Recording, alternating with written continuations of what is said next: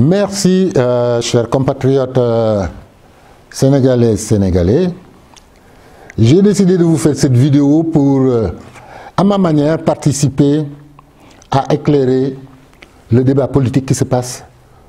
aujourd'hui au Sénégal. Parce que nous sommes devant l'incertitude. Je me rappelle quand je suis venu en France et que j'ai entamé des études post-universitaires, études doctorales, c'était en 1990 à Grenoble. J'avais eu un professeur qui venait de l'Angleterre, M. Dumoulin. Et il nous faisait un cours sur la théorie de l'incertain. Et il a commencé en nous introduisant par ceci. Who predict the future lie even if he tells the truth? Qui prédit l'avenir ment, même s'il dit la vérité? Ñu bari war nañ xolaat seen bopp muy kasabal munajimuna walaw sadahu. Qui prédit l'avenir ment, même s'il dit la vérité? Alors M. Dumoulin disait, personne ne peut connaître ce qui va se passer demain. Et la réflexion, c'était d'aboutir à, si on ne peut pas savoir ce qui va se passer demain, on doit pouvoir poser des balises dans le futur, même si c'est des balises virtuelles, pour pouvoir nous orienter, parce qu'on est dans l'incertitude, c'est toute la théorie, sur la théorie des jeux, les probabilités. Donc, de ces élections sénégalaises qui se préparent, moi, je les ai suivis et ma réflexion a été parfois choquée par ce que je voyais, parce que ce n'était pas basé sur de la rationalité pure. Et je passe sur beaucoup de choses, mais la notion de président roi dont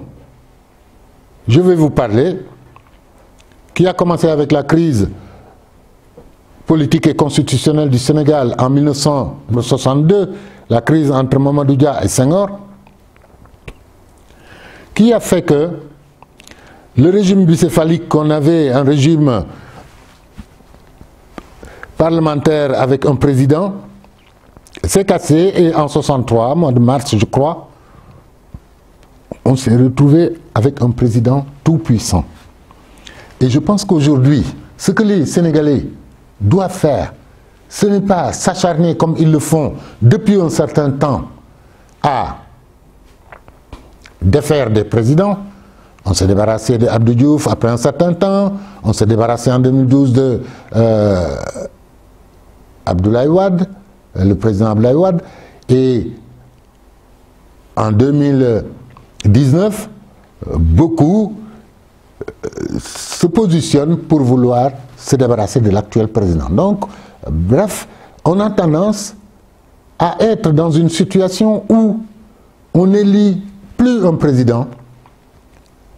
on ne fait que se débarrasser du président, et ça, ce n'est pas efficient. Ce n'est pas quelque chose de bien.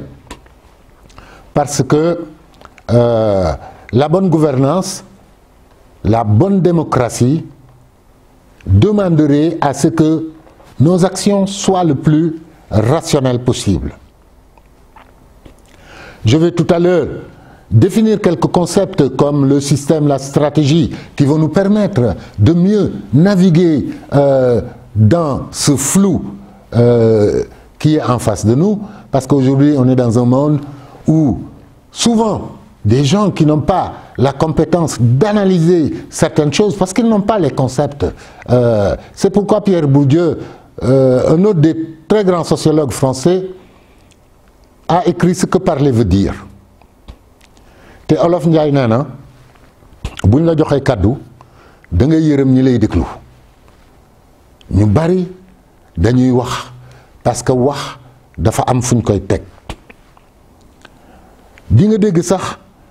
yenn adage yi nga xam ne olof dañ koy génne comme Olof Njaay nee na waxtaan wax dëgg sa la, mais man loolu daf may choqué parce que bu dee waxtaan wax dëgg sa la, ay wax lu dul dëgg dina si bari lool. Moo tax man may dellu di xalaat ma ne daal li ma gënal mooy waxtaan wax dëgg moo si gën bu ñuy waxtaan nañuy wax dëgg moo si gën dëgg bi ma bëgg a wax nag moo ma dàqal jamono moo ma dàqal lépp moo ma dàqal xaalis parce que dëgg dafa neex même bu la dul jariñ loolu mooy yaa ngi dugg si li ñuy wax scientificité parce que la science ne peut pas mentir. Je vais pointer du doigt quelque chose qui s'est passé récemment au Sénégal et sur lequel j'ai beaucoup écrit, tel que les récentes modifications du code électoral sénégalais. Comme l'a si bien dit le président Abdoulaye Wade, le code électoral sénégalais qui a défait Abdou Diouf et qui a fait élire Abdoulaye Wade et qui a défait Abdoulaye Wade qui a fait élire le président Macky Sall, c'était un code électoral sur lequel normalement on pouvait se baser et ne pas être dans la précipitation. Et j'en profite aussi pour faire une proposition, non seulement au Sénégal, mais aux pays africains, pour que on détermine bien le profil de nos présidents. Parce que ce qui se passe au Sénégal, je vous l'ai dit, je suis très panafricaniste parce que je me considère comme un adepte, comme un disciple de la pensée de Cheikh Anta Diop. Et je fais miennes toutes les recommandations qu'il a données à propos du développement de l'Afrique, notamment dans son livre pour une fédération des pays africains, où il a dessiné le contour. C'est pourquoi certains qui lui disaient c'est de l'utopisme, Cheikh Anta leur répondait, si c'est au nom du réalisme qu'on en est arrivé là où nous en sommes, alors il est temps d'être utopiste. Le jour il passerait quand je regardais encore le film de Mamadou Dia, ce qu'il a opposé avec Senghor, parce que ça c'est mon opinion hein, de ce qui vient, de ce que j'ai vu. Je pense que dans la crise politique qui s'est passée au Sénégal, entre Senghor et Mamadou Dia, il y a eu quelque part trahison. Trahison de vision, des manigances politiques, d'intérêts individuels qui se sont heurtés à d'autres intérêts non avoués et qui ont fait que, je n'en dirai pas plus parce que c'est un autre débat, mais qui ont fait qu'aujourd'hui on a un profil de président qui n'est pas bon pour le Sénégal. Donc le problème des Sénégalais, ce n'est pas à chaque fois de défaire des présidents et d'en élire qui feront un peu n'importe quoi. Le problème des Sénégalais, c'est de définir le profil du bon président qu'on veut. Quel président veut-on? On veut un président qui s'occupe entièrement de ce qu'on appelle le sommet stratégique. Parce que là aussi, si on rentre un peu en sociologie, toute organisation est formée de 5 pôles. Le premier pôle, c'est le sommet stratégique, c'est-à-dire c'est la tête. La tête, c'est le président et son gouvernement. Eux, ils ne travaillent pas. C'est ce que je dis à mes étudiants pour les faire lire. Le président de la République française ne travaille pas, comme le président de la République du Sénégal. Ne travaille pas. Mais il dit aux Sénégalais ou aux Français quel travail il faut faire. Mais il ne travaille pas, parce que le président ne cultive pas des carottes, il ne répare pas des voitures, il ne soigne pas des malades, donc il ne travaille pas, il ne met pas la main à la pâte, mais il met son cerveau, il met sa vision, il surveille. Et le président de la République, donc c'est la tête. Biiru toute organisation lii dënn bi mooy li ñuy wax la ligne hiérarchique. La ligne hiérarchique mooy ñi nga xam ne ñooy les messagers du président maanaam ñoom ñooy jël li président bi wax tas ko xabaar mu dem si yeneen fànn yi. Ensuite donc am na bopp am na biir am na loxo nijoor. Loxo nijoor bi c'est-à-dire le bras droit, c'est ce qu'on appelle la technostructure. La technostructure foofu la ingénieurs yi nekk ak les techniciens supérieurs, mais ñooñu aussi duñu liggéey. Ils ne travaillent pas. Qu'est-ce qu'ils font? Ils disent aux gens comment ils doivent travailler. ñoom ils conçoivent le travail des gens, ils le mettent sur des processus. Loxo càmmoñ bi nekk li ñuy wax les PSL, les personnels de support logistique. Foofu mën nga fa gis avocats yi, les personnels de sécurité, les secrétaires. ñooñu aussi duñu liggéey. li ñuy def mooy dañuy dimbali ñiy liggéey pour ñiy liggéey mën a liggéey bu baax. Donc mu des ñiy liggéey ñooy ñan ñoom ñoo nekk ci suuf mooy ñaari tànk yi mooy le centre opérationnel. Le centre opérationnel mooy ceux qui mettent vraiment la main à la pâte, ceux qui travaillent vraiment. Donc toute organisation est fondée par ces 5 pôles: le sommet stratégique, la ligne hiérarchique, la technostructure, les personnels de support logistique et le centre opérationnel. Maintenant, entre ces 5 pôles, il faut forcément trouver ce qu'on appelle la bonne coordination. Parce que comme le dit Henry Mintzberg, un grand spécialiste du management, un Canadien qui a fait le tour du monde, États-Unis, Asie, partout, qui est une référence, Henry Mintzberg, qui a écrit un livre, Voyage au centre des organisations. Henry Mintzberg dafa poser la question, qu'est-ce que c'est que travailler? Et la réponse c'est, tout travail consiste à rapprocher, unifier des choses qui auparavant étaient séparées. Maanaam boo buggee defar oto di nga jëli ay caoutchouc pour pneu yi, di nga jëli ay weñ, di nga jëli ay lu nekk, jëli technicité. liggéey boo gis dajale loo xam ne dañu séparé woon. bu ma jëlee exemple bay gerte par exemple, di nga wuti ay graines, di nga wuti ileer, di nga wuti suuf bu baax, di nga wuti engrais, di nga wuti liggéey boo gis rek dajale loo xam ne dafa séparé wuloon. Donc tout travail consiste à réunir des choses qui auparavant étaient séparées. C'est général. Même vidéo bi may def, si on considère que c'est un travail, dama jël ay livres, jël un technicien, jël ay ordinateur, dama dajale ay pour mën leen jox image bi. Donc tout travail consiste à réunir des choses qui auparavant étaient séparées. Puisque tout travail consiste à réunir des choses qui auparavant étaient séparées, Henry Mintzberg dit qu'il est fondamental d'avoir la bonne coordination. La coordination est la chose la plus fondamentale, c'est l'un des 3 piliers fondamentaux de toute organisation, la coordination. Mais mu ne coordination bii tax liggéeyu benn organisation di dox, coordination boobu juróomi fànn la, juróomi façon la am. Bu njëkk bi mu tuddee ko l'ajustement mutuel, boobu kenn du ko bind, mooy ñu ngi liggéeyandoo, yenn saa yi ma gis ne baaxul, mën na la defal nii, nga ne ma defal nii, et cetera, ñu déggoo. Loolu mooy l'ajustement mutuel, c'est informel. Deuxièmement bi mooy li muy wax la supervision directe. La supervision directe entre 2 individus A et B, c'est que A dise à B comment il doit travailler et quand il doit le faire. Il le commande. Comme entre un caporal et un soldat. C'est le caporal qui dit marcher à gauche, marcher à droite. Là, c'est la supervision directe. Dans les entreprises aussi, di nga gis ñenn di liggéey fekk kenn moo lay wax ban liggéey ngay def, kañ nga koy def, kañ ngay taxaw. Là, c'est la supervision directe. Muy 2. Comme le président dina def supervision directe, mais le président dina def aussi ajustement mutuel ak ay ministrement yooyu. Troisième mode de coordination bi mooy la standardisation par les qualifications. Maanaam liggéeyukaay bi hôpital la, ku fa nekk médecin dafa fekk jaar nga faculté, def nga 7 ans d'études, def nga ay stage, te say nawle validé nañ la, def nga sa serment d'Hippocrate. Donc ku amul titre médecin waroo faj, parce que boo fajee yaa ngi yàq. Ku amul diplôme dawal avion waroo dawal avion, et heureusement.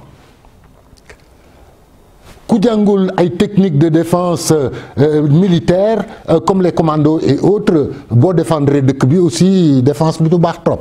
Donc là dañuy standardiser par les qualifications. Donc la personne qu'il faut à la place qu'il faut. Dinañ ko wax ci ay théorie de management. Muy 3. 4e bi Henry Mintzberg di wax mode de coordination pour liggéey yu réew mën a dox, ñu tuddee ko la standardisation des procédés de production. Maanaam ni ñuy defaree liggéey bi dañ ko aar ba nga xam ne yow boo jaarul yoon liggéey bi du dox. Maanaam am na liggéey yoo xam ne machine bi buñ ne la dugalal 1 litre de saa yow nga ñëw bëgg fa dugal 75 centilitres du jàll. Machine bi day taxaw na la attention 1 litre la ñu wax. Loolu mooy standardisation des procédés. Day am si fii bu ñu visiter centrale nucléaire français yi am na ay temps yu ñu fa liggéey, dañuy dem xool leen, am na ay moments yoo xam ne ingénieurs yi fa toog ils n'ont pas la main sur les machines. machine bi day jël boppam parce que dañu standardiser procédé yi parce que lu day ni centrale nucléaire dafa rëy ba nga xam ne kenn du ko dénk nit taxi noppam parce que nit wóorul. L'homme est un loup pour l'homme, l'homme dafa matadi loolu aussi Adam Smith wax na ko, l'homme est un loup pour l'homme, puisque l'homme est un loup pour l'homme, on ne doit avoir confiance qu'à nos institutions. Loolu moo tax la démocratie nekk lenn loo xam ne dafa am solo parce que la démocratie mooy tax juger parti du am, mooy tax faralaate du am, mooy tax dëgg rek mooy mun a am. Léegi pour ma bañ a saaraan 5e mode de coordination bi Henri Mintzberg wax mooy lan mooy la standardisation des résultats maanaam man damay liggéey ak yow mais ni ngay liggéey sama yoon nekku si yow daal liggéeyal sa liggéey ba pare boo ñëwee ma xool bu ma neexee ma jël bu ma neexul ma bàyyi muy juróom. Donc mu limat leen la supervision l'ajustement mutuel mooy bu ñuy déggoo suñu biir ñun ñi te binduñu ko fenn. La supervision directe bu kenn jiitalee kenn di ko wax la muy def. La standardisation des qualifications mooy liggéey yoo xam ne ku am diplôme bi ñu aar la ba nga xam ne yow mii maîtriser nga ko yaa fay mën a toog keneen du fa toog parce que loolu dafa doy waar nit ku compétent wul boo ko tegee fu mu war a toog loolu aussi am na ay théoriciens yu si wax day enfumer tout le monde pour que ñu bañ a gis ne compétent wul te loolu yàq la te waxoon naa leen le désordre mooy li gën a garaaw si Afrique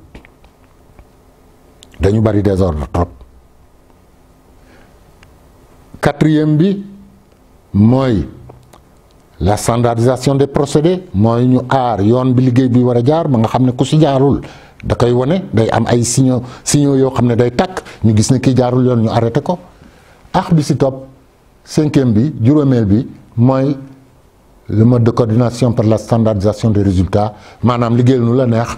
par exemple ñawkat bi bu lay ñawal yére da nga koy jox sa tissu fay ko sa xaalis mu ñawal la yow résultat bi ngay xool. maanaam entreprise dafa am lu muy doxee te dañ ko war a xam dañ ko war a càmbar dañ ko war a détailler te lépp lu si nekk dafa am solo parce que lu si yàqu lu mu tuuti dañ koy yëg dafa mel ni nit bu ko ndëkk li muy ndaw jamee balaa muy am jàmm dindi ndëkk bi dara munu see mooy il faut que ñu liggéey ko liggéey boo xam ne ñëpp dañuy àndax maandu probité ragal juum di waxtaan di déggoo léegi nag loolu problème bi mu gën a indi mooy problème mu contrôle parce que nit ñi kenn bëggul kenn contrôler la ku nekk da nga defe ne contrôle baaxul moo tax souvent dama naan étudiants yi il faut adorer le contrôle te loolu dama ko jël ci benn boroom xam-xam bu ñuy wax Dario Salerni c'est un Italien Dario Salerni dafa bind loo xam ne dafa ne contrôle mooy tax entreprise di dox lu tax parce que entreprise boo gis dafa am li ma bëgg ak li am yenn saa yi daf may wan ne li ma bëgg dafa bari te dama ko war a wàññi walla li ma bëgg dafa laaj yoo xam ne li ma am dama ko war a yokk léegi loolu la wax la dialectique dynamique bii dem nii dañuy xëccante ñoom ñaar léegi nag loolu contrôle mooy tax ñoom ñaar ñu mun contrôler. Voilà pour revenir au problème sénégalais parce que tout ça c'est important définir les concepts parce que si on parle pour parler c'est très facile mais on ne dit rien il faut parler pour trouver des solutions parce que comme je le disais la science ne se lève que s'il y a un problème quand il n'y a pas de problème la science se met à dormir problème bi ñu am Sénégal mooy xamuñu ban profil de président la ñu bëgg parce que dafa amoon xuloo bu amoon 62 ñu changé constitution bi te ki ko doon changé dafa aakimoo pouvoir yoo xam ne dafa jéggi dayoo mën naa si lim yenn muy les caisses noires du président que personne ne contrôle mais si l'argent du caisse noire du président est utilisé pour déjouer le bon fonctionnement de la démocratie du tout la am mais président dafa war a am caisse noire pourquoi parce que am na yoo xam ne bu ko bettee samedi par exemple assemblée bi tëj na amul temps wu dem ci député yi dafa war a jël mesure parce que moom mooy président mais année suivante dafa war a wax fu mu dugal xaalis boobu te daf ko war a dugal foo xam ne mooy fi ñu ko xaaree loolu benn la amul contrôle foofu lu amul contrôle baaxul le parrainage bi ñu def Sénégal léegi man wax naa ko bu doon man rek maay dogal naa ko damay renvoyer élection sénégalaise yi à 6 mois. Pourquoi? Parce que je trouve que notre Conseil constitutionnel n'a pas fait le bon travail. loolu sax ñun bindoon nañ si depuis le mois de septembre maa ngi siy bind lu tax parrainage bi ni ñu ko décrété baaxul un dañ ko yàkkamti deux conseil constitutionnel bi ñuy wax les 7 sages je ne sais pas s'il faut mettre des guillemets devait savoir que techniquement il ne pouvait pas contrôler ce phénomène-là. Pourquoi? J'ai donné des éléments maanaam dañu defar benn système boo xam ne amul plafond dafa mel ni rek nga tabax kër te amul plafond bu tawee xam nga di nga sonn amul plafond parce que 0,8% yi ñuy wax ak 1% du fichier électoral bi ñuy wax muy entre 53 000 et 66 000 par an loolu du plafond amul plafond foofu ñaari plancher la dafa mel ni da nga defar sa kër defar plancher en dur après nga jël beneen plancher en bois def ko si il y a 2 planchers mais on n'a pas construit une maison avec un plafond loolu laa leen wax te bu amul plafond kenn mënu ko calculer parce que day devenir une équation indéterminée. déglu naa Sénégal ay juristes comme le professeur Ngouda qui est constitutionnaliste que j'ai écouté sur les télés mais j'ai l'impression qu'ils ne saisissent pas ce phénomène-là. Je vais expliquer rapidement pourquoi kenn mënuloon calculer parrainage bi parce que limité wuñu candidat yi parrainage bi dañu ne ku nekk wutil lu la neex. Le camp présidentiel ne am nañ 3 500 000 am na ñu ne am nañ 800 000 am na ñu ne am nañ 1 500 000 te pourtant li ñuy séddoo 6 500 000 rek la wax leen ma nu ngeen def léegi comme le conseil constitutionnel ne prend que 66 800 au plus mais pourquoi aller chercher 3 500 000 donc j'en ai déduit que toog nañ temps bu yàgg boo xam ne mënoon nañu waxtaan ci problème mu Sénégal génne les difficultés que nous avons xool tous les techniciens ingénieurs et Dieu sait que le Sénégal a des représentants de haut niveau partout dans le monde mais kenn du leen jéem a laaj ñu xamul la ñuy laaj ñu xamul ñooy wax ci dëkk bi nit kuy wax da nga war a tiit déglu li Olof Njaay doon wax bu ñu la joxee kàddu da nga yërëm ñi lay déglu parce que wax du ay saagante du ay waxante lu ñaaw du ay nëbbunte wax bi dañu war a am waxu biir néegu ndey comme ni ñu koy waxee parce que tubaab yi bañu ñu leen ay partenaires lañu dañu war a def un jeu gagnant-gagnant avec eux te ñoom dofuñu xam nañ fu seen intérêt nekk mais bi ñu falee Emmanuel Macron en France man wax naa ne Emmanuel Macron est une chance pour l'Afrique parce que fàttaliku leen dem na fi Algérie déclarer que la colonisation était un crime contre l'humanité mais benn africain yëngatuwul waa France fii ñoo ko commencé fléché ñëpp attaqué ko mu xaw a ragal teggi tànk tuuti mais moom c'est un homme neuf qui aurait pu changer tout ce qu'on a appelé la France-Afrique dindi ko mu dem fële def deal gagnant-gagnant avec les Africains mais j'avais ajouté une condition Emmanuel Macron est une chance pour l'Afrique à condition que les Africains soient prêts à être des protagonistes de la négociation. Parce que toute négociation se fait entre des protagonistes. Dafay am des éléments de rapport de force, day am des objectifs bien déterminés, day am des forces de dissuasion. Mais ñun bu ñu amul dissuasion, on se met toujours dans un désordre, dans un déséquilibre tel que bien kiy négocier ñun daf ñuy nax parce que day xam ne dañu xiif boo xiifee lu ñu la jox nga jël parce que boo déggee les problèmes de terrorisme dans le G5 Sahel et cetera nga xam ne Afrique organisé wuñu bu ñu organisé problème yi génn si ñun ñëpp mën nañ ko régler suñu bopp. Sénégal man bu doon man rek même bu élection yi di jar 100 milliards ñi mën naa ko annuler ñu perte ko parce que yenn saa yi laaj na nga perte xaalis yu bëree bëri pour xam ne beneen yoon waroo def fi fu def. mais nag am na yu si laxasu am na yoo xam ne dañ ko war a laqat yi te loolu yëpp war nañ see mën a waxtaan parce que quand même diriger un pays c'est une grande responsabilité man xaw ma sax nu Sénégal mën a amee plus de am na ñuy wax 100 quelques candidats la ñoo man parrainage bi baax na fii mais ñoo yàq mais ñooñu dañu amul lunette yu baax pour xool parce que booy xool ñooñu ay prétendants la dégg nga prétendant du candidat et prétendants yi lu tax ñu bari woon parce que dañu defar ay fiche ne ku mu neex nga ñëw jël ci say fiche wut say parrain boo amee nga bokk non bu ñu jëloon la caution de 65 millions wàcc ko fa mu nekkoon ne ku bëgg nekk président di nga teg ci table ji 65 millions parce que ça me coûte de l'argent d'organiser tout ça et de deux ñi fi ne am nañ parti politique yëpp dafa am ay chartes yu ñu leen tegoon bi ñuy déposer seen dossier au ministère de l'intérieur mooy chaque année war nañu am assemblée générale war nañu am comptabilité bu leer war nañ justifier moyens yi ñu am te mu leer bu ñu leen koy may dafa am benn niveau war nañu loolu bu ñu ko xooloon 250 partis politiques yi ñuy wax Sénégal man bu ñu ma joxoon dossier boobu du des 25 te 25 yi dinañ war a mën a déggoo seen biir ba nga xam ne lu néew lu mat 14 ak 15 comme élection yi passé ñoo fi présenté wu donc c'est fut un faux problème te bëgguma dégg kenn ku ñuy wax naan non parrainage bi baax na parce que 130 candidats la ñu amoon loolu ay naxe mbaay la loolu man ba mu ko wax sax daf may merloo quoi parce que dama naan ñii dañ ñu teg pour ay dañ ñu jàppee lan du ñu ay ngàkk xam nañu lan moo xew donc woote bi yëpp ak lu tax may wax mooy bugg ñu xam ne fii lépp daf fi jeex ñun tey lu ñu war a xeex mooy suñu doom yi di ñëw fekk situation yi favorable ma tëjee si benn problème man ba may jàng ay pétrole ay 91 le pétrole énergie solaire yooyu xam naa si lu bari wàllu économie bi xam naa si lu bari bind naa si lu bari RFI mus na ma interviewé si le pétrole africain ma wax si ñu téléphoné ma du Sénégal il faut que tu représentes le pays tu devais aller aux États-Unis pour wax ak ñoom bon mais problème mu xaalis bi il fallait que man ma toppatoo ko waaye États-Unis yooyu finalement ça ne s'est pas fait donc yàgg naa si wax si ay affaire pétrole te waxuma rek pour Sénégal mais bu ma ñëwee si kaw Sénégal bi ma souligner fa tuuti point mooy dégg naa ne am nañu à peu près 20 sources yoo xam ne jaay nañ ko mais que n'a-t-on pas vendu 10 ñun ñi amul woon dara ñu jaay 10 yeneen 10 yi ñu denc ko d'ici 5 ans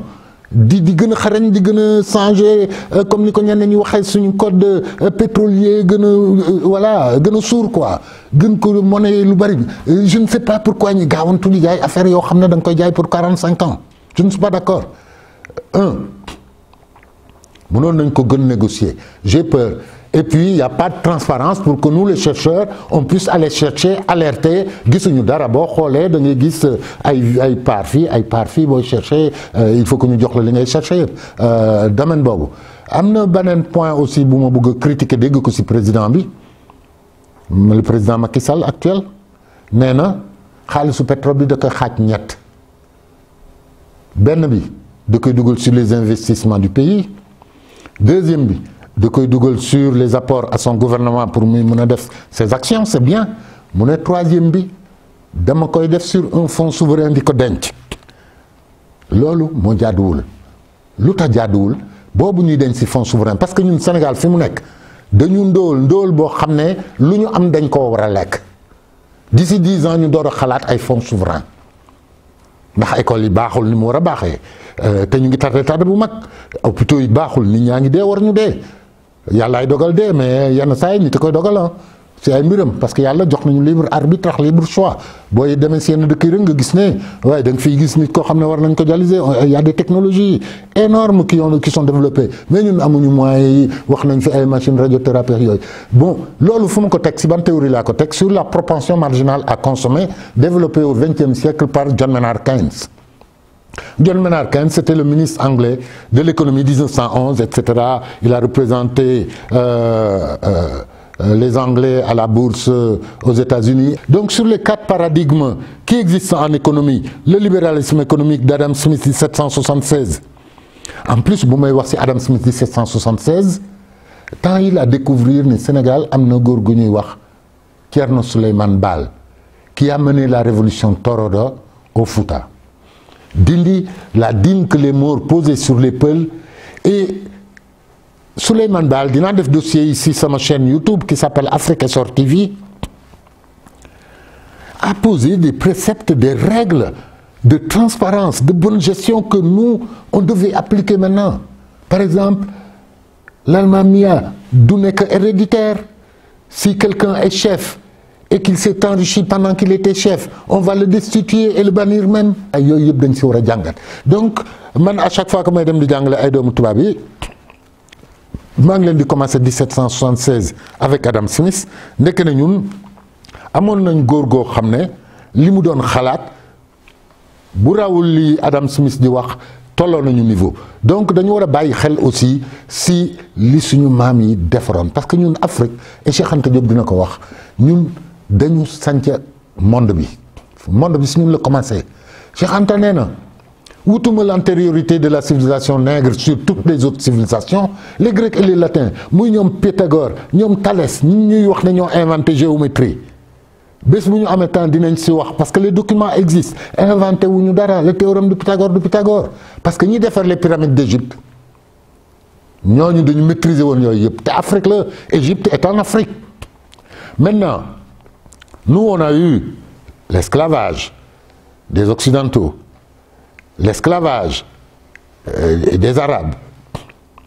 et l'esclavage qui le sait ku la bëgg a noot da lay néewal doole ñi doon bind Afrique dañ leen yàq. Moi j'ai des documents ici que j'ai publiés qui montrent que les Africains écrivaient dañ doon yónnente ay messages au Nigeria yàgg na en Afrique partout ay am ñu temps xool loolu léegi mais ça existe. suñu linguistes yi aussi war nañ jóg di génn si yu mel noonu ñu koy jàngal suñu doom yi moo tax li Cheikh Anta doon